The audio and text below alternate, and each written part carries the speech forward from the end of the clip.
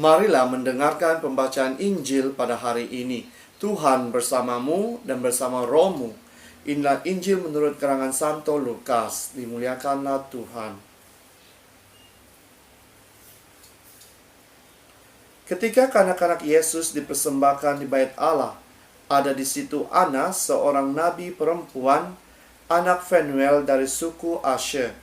Ia sudah sangat lanjut umurnya. Sesudah kawin, ia hidup 7 tahun lamanya bersama suaminya. Dan sekarang ia janda dan berumur 84 tahun. Ia tidak pernah meninggalkan bait Allah dan siang malam beribadah dengan berpuasa dan berdoa. Dan pada ketika itu juga datanglah ia ke situ dan mengucap syukur kepada Allah dan berbicara tentang anak itu kepada semua orang yang menantikan kelepasan untuk Yerusalem.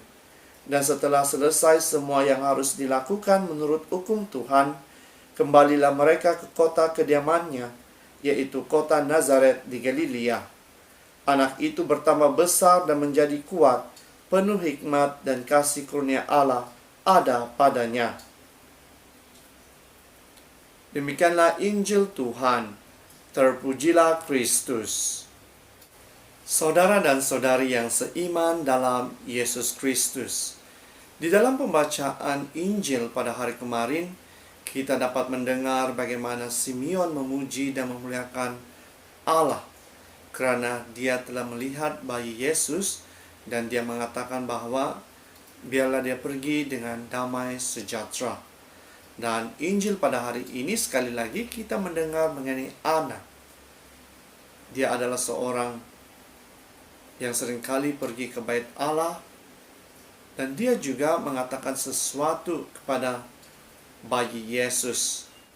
Bayi ini akan membuat kelepasan bagi Yerusalem.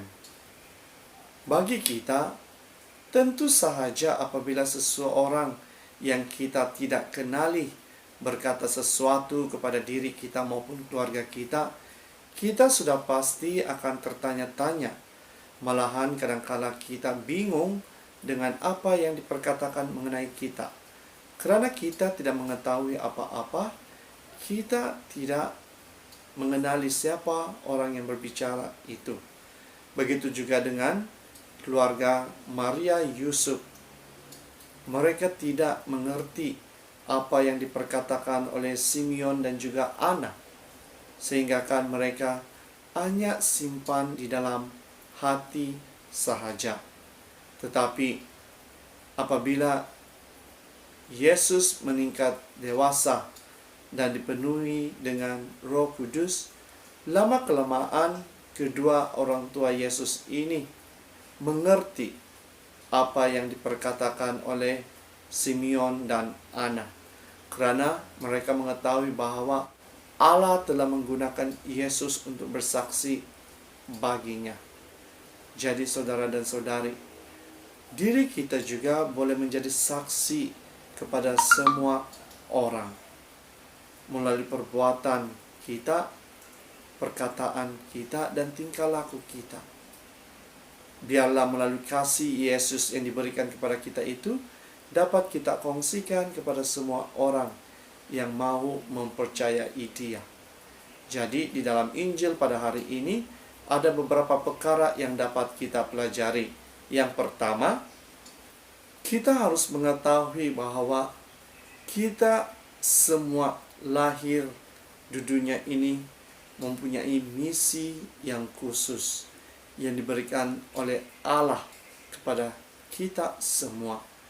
Jadi di dalam kehidupan kita setiap hari, marilah kita berusaha, marilah kita berjuang untuk mencari misi kehidupan kita.